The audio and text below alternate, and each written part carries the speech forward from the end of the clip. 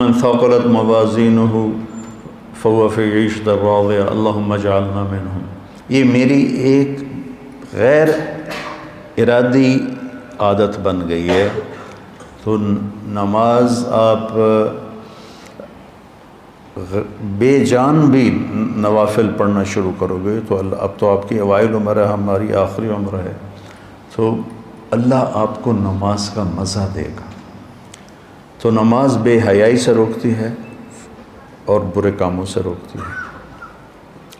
زکوٰۃ لتزکیہم بہا، زکوٰۃ اندر کا، چونکہ جب آدمی مال لگاتا ہے نا تو نفس ٹوٹتا ہے، نفس کے ٹوٹنے سے تزکیہ ہوتا ہے۔ تطہرہم بہا وتزکیہم، مال پاک ہوتا ہے اور نفس بھی پاک ہوتا ہے۔ جب آدمی حج کرتا ہے تو فلا رفث ولا فسوق ولا جدال فی الحج، کہ جب حج کا احرام باندھ لیا ہے تو اب پوری زندگی کے لیے فحش کلامی نہیں کرنی، لڑائی نہیں کرنی، جھگڑا نہیں کرنا۔ لا نفی جنس آیا، حالانکہ صرف احرام کے لیے ہے یہ آیت، لیکن اللہ نے اس کو بیان یوں کیا ہے کہ اب ساری زندگی کے لیے یہ کام چھوڑنا ہے۔ آدمی روزہ رکھتا ہے، اب میں روزے پہ آ گیا، لعلکم تتقون، تمہیں تقوی ملے گا۔ تقوی ملے گا تو کیا ملے گا؟ من یتق اللہ یجعل لہ مخرج ویرزقہ من حیث لا یحتسب، اللہ تعالیٰ اس کے لیے ہر تنگی سے راستہ نکالے گا اور رزق وہاں سے دے گا جہاں سے وہم و گمان بھی نہیں۔ من یتق اللہ یجعل لہ من امرہ یسرا، جس کو اللہ تقوی دے گا اس کے مشکل کاموں کو آسان کر دے گا۔ من یتق اللہ یکفر عنہ سیئاتہ ویعظم لہ اجرا، جو تقوی اختیار کرے گا اللہ اس کے گناہوں کو دھو دے گا اور اس کے اجر کو بہت زیادہ کر دے گا۔ یہ روزے کی فضیلت ہے۔ الصوم لی وانا اجزی بہ، الصوم لی وانا اجزا بہ، دونوں طرح محدثین نے اس کو بیان کیا۔ میں اس کو لیتا ہوں انا اجزا بہ، کہ اللہ تعالیٰ کہے گا روزے کا بدلہ میں خود ہوں، روزے کا بدلہ اللہ خود ہے۔ تو میرے نبی پاک صلی اللہ علیہ وسلم نے 9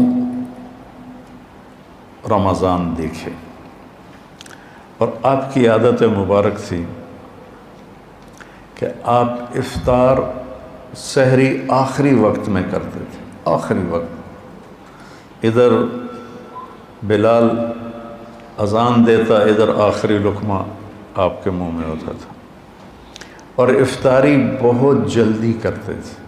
ایک آدمی چھت پہ کھڑا ہوتا تھا جب آپ مدینے میں ہوتے تھے، جب آپ سفر میں ہوتے تھے تو ایک آدمی پہاڑی پہ کھڑا ہوتا تھا، جو ہی سورج کا کنارہ ڈوبتا تھا تو ساتھ ہی وہ کہتا یا رسول اللہ غربت، تو آپ اسی وقت کھجور سے، پانی سے، دودھ کی لسی سے، ان 3 چیزوں سے آپ افطار فرمایا کرتے تھے، اور پھر اس کے بعد کوئی کھانے کی چیز ہوتی تو کھا لیتے تھے، ورنہ وہی کھجور ہی ان کا کھانا ہو جاتا تھا۔ ایک دفعہ آپ سحری کا کھانا کھا رہے تھے اور آپ کے ساتھ حضرت کعب بن عجرہ، مقداد بن اسود اور علی رضی اللہ تعالیٰ عنہ آپ کے ساتھ تھے۔ بکرے کی سری پکی ہوئی تھی اور آپ سحری کھا رہے تھے۔ تسحروا، سحری کھاؤ۔ اللہ تعالیٰ نے پہلی امتوں کو سحری نہیں دی، کیا ہے کہ اس میں برکت ہے؟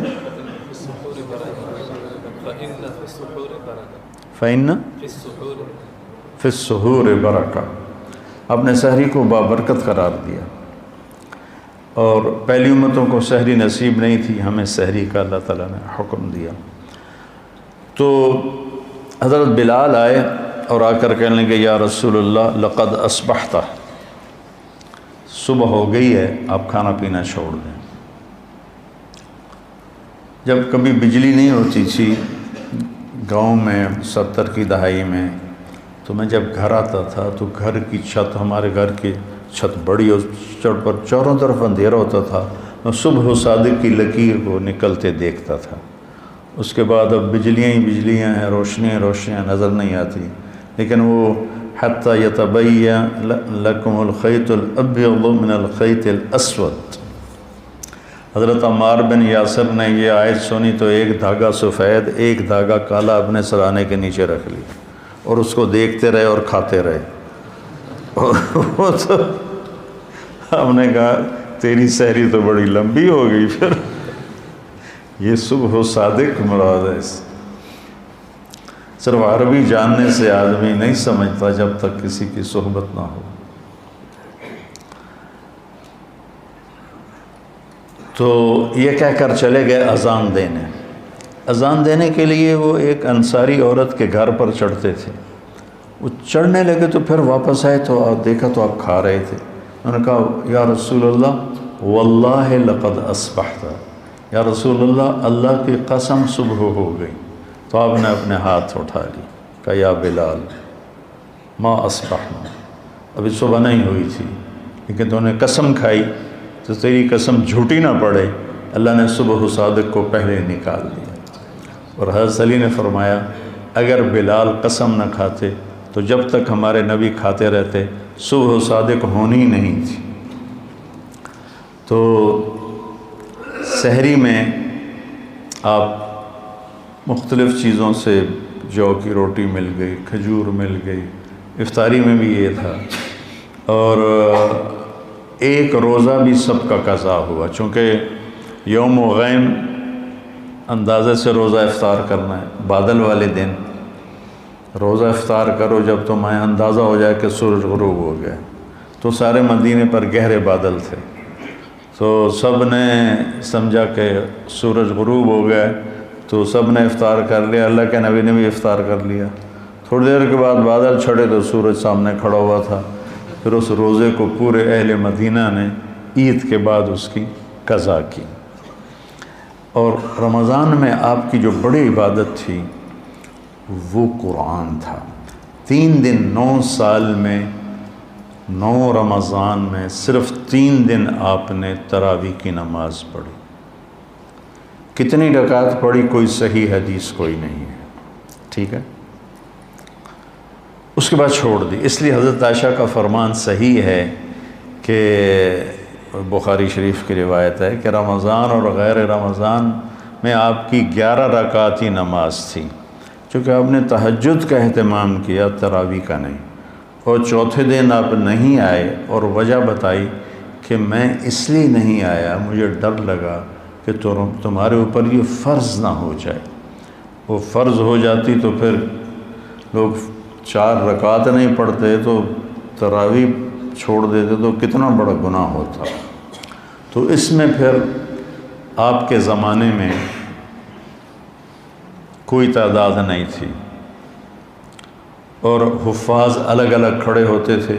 اور اس جیسے یہاں ہو رہا ہے اہتمام جیسے اب آپ الگ الگ سنا رہے ہیں، وہاں الگ الگ مسجدوں میں سناتے تھے. پھر ابوبکر صدیق رضی اللہ تعالیٰ عنہ کا زمانہ آیا تو اس میں بھی اسی طرح چلتا رہا معاملہ بغیر تعداد کے تعین کے. عمر رضی اللہ عنہ کا اوائل جو تھا شروع کا خلافت کا زمانہ، اس میں اسی طرح چلتا رہا. ایک دن آپ مسجد میں داخل ہوئے تو آپ نے دیکھا الگ الگ نماز پڑھ رہے تھے لوگ. تو آپ نے کہا کہ میں ان کو ایک امام پہ کیوں نہ جمع کر دوں. تو ابی بن کعب پر آپ نے سب کو جمع کیا اور 20 تراویح فرمایا. صحیح روایت. اور یہ بھی صحیح روایت ہے کہ آپ نے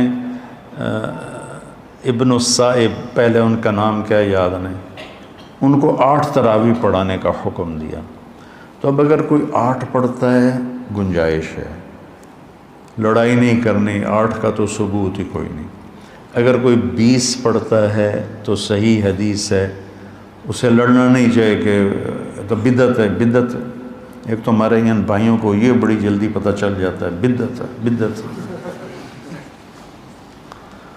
تو 20 بھی کی روایت بھی حضرت عمر سے ہے اور 8 کی روایت بھی حضرت عمر سے ہے. امت کا بڑا طبقہ 20 پر جمع ہوا اور تواتر سے ایک عمل سینکڑوں سال سے لاکھوں کروڑوں امت کے افراد 20 پر پوری دنیا میں پڑھیں اور چند لاکھ یا چند کروڑ 8 پڑھیں اور وہ پھر اپنی رائے اس طرح مسلط کریں کہ 20 تراویح تو ہے ہی نہیں. شیخ عطیہ بن سالم رحمۃ اللہ علیہ مسجد نبوی میں درس دیتے تھے، اور سب سے بڑے تھے اس وقت محدث 90 کی دہائی میں۔ اس وقت میں جب حج پہ جاتا تھا تو حضرات کے ساتھ جانا ہوتا تھا، تو ہم 1 مہینہ مدینہ ٹھہرتے تھے، تو میں پورا مہینہ ان کے درس میں بیٹھتا تھا اور بہت فائدہ ہوتا تھا درس میں۔ ان کی کتاب تھی صلاۃ التراویح، وہ میں نے ساری پڑھی کہ میں نے یہ کتاب اس لیے لکھی ہے کہ میں دیکھتا ہوں کہ 8 تراویح کے بعد بہت سے لوگ نماز چھوڑ کے پیچھے بیٹھ جاتے ہیں۔ اس پر یہ عنوان تھا، اور پھر آگے بات کی کہ یہ نفل ہے۔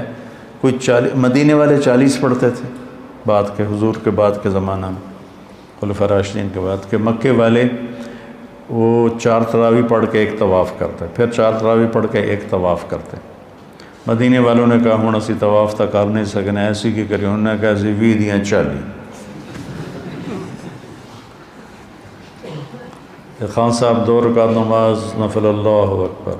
ایک کوئی پنجابی ہے، اس نے ذرا اونچی نماز، میں کہا 4 رکعت نماز، اللہ اکبر۔ ان کا خوب مقابلہ کرتا ہے 100 رکعت نماز۔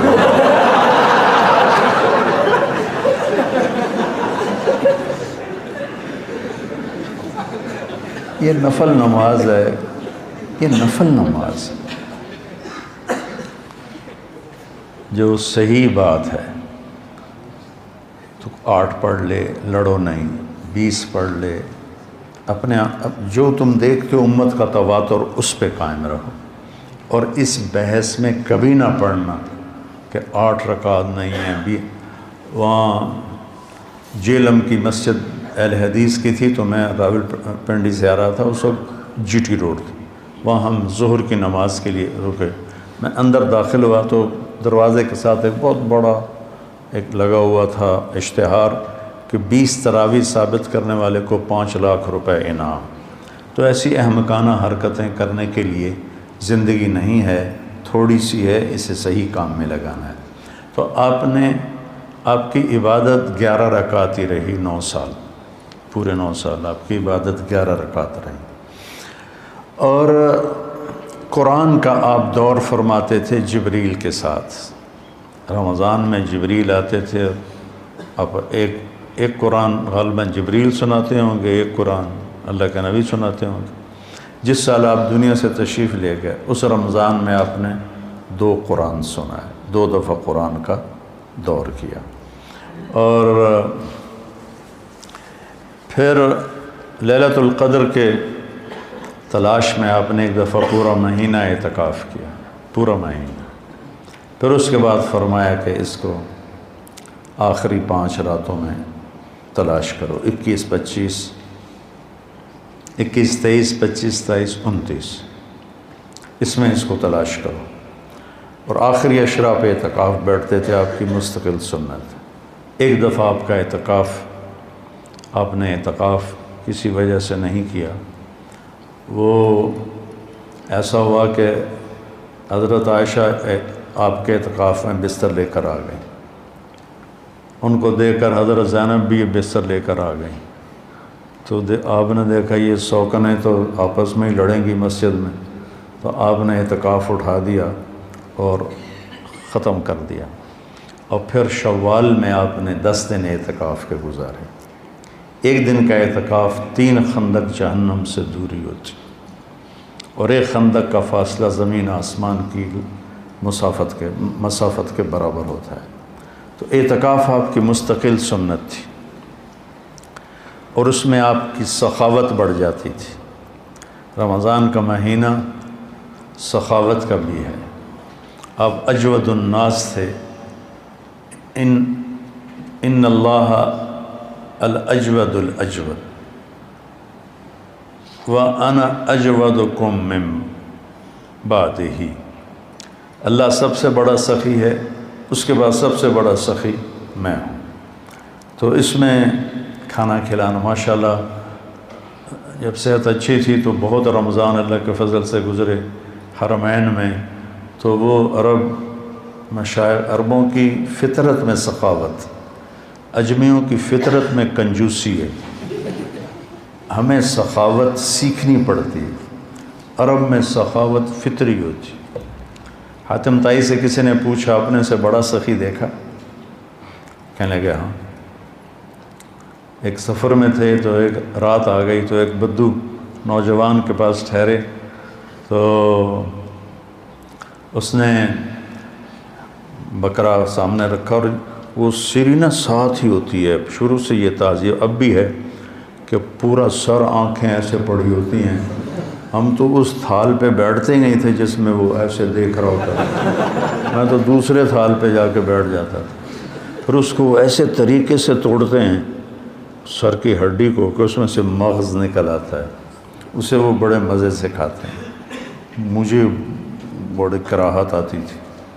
تو حاتم طائی نے مغز کھایا تو کہنے لگا نعم الدماغ، مغز بڑا مزے کا پکا ہوا ہے۔ تو اٹھا اور جلدی سے اس نے 4 بکروں کی سریاں اتاریں اور ان کا مغز تیار کر کے سامنے رکھ دیا، تو وہ 5 بکریوں کا مغز کھا کے سو گئے۔ صبح اٹھے تو باقی 4 بکریاں ان کا صرف سری اتری ہوئی تھی، سر جسم پڑا ہوا تھا، ایک بکرا تو انہوں نے کھایا سب نے۔ تو اس نے حاتم طائی نے پوچھا یہ کیا کیا ہے؟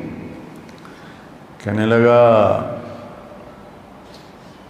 آپ کو جو مغز پسند آیا تو میرا جی چاہا کہ مہمان کو خوش کروں۔ کہنے لگا حاتم تمہارے پاس اور کتنی بکریاں؟ کہا لگ بھگ یہی 5 تھیں۔ اب پاگل تو اپنا گزارا کیسے کرے گا؟ کہا پھر مہمان کو خوش کرنا بھی تو ہماری روایت ہے۔ تو کہا وہ مجھ سے بڑا سخی تھا۔